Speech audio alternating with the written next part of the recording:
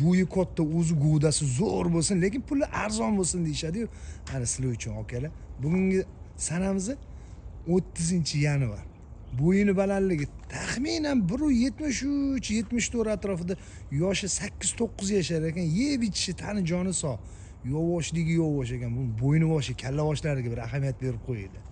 Yoqqan bo'lsa bitta like, bitta podpiskani ham bosib qo'yasizlar akalar. Yo'g'onligiga. Kimmi 3-4 ta emas, 5-6 tasi biye bo'lsa ham bor, bemalol xudo xolasa u yerdan chiqazib beradigan shunaqa xususiyatlari bor ekan bu ayg'irimizlarning jonivor. Lekin yovoshligi nomer 1 yovosh ekan. Jonivor.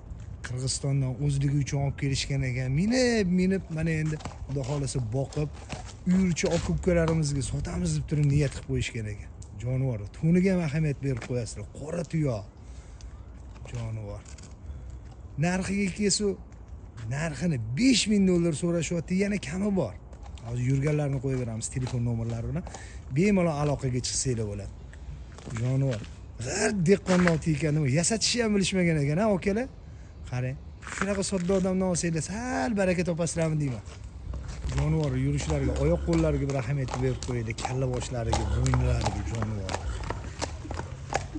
Tizam minib berishimiz ekan, anchadan beri turib qolgan ot ekan jonivor.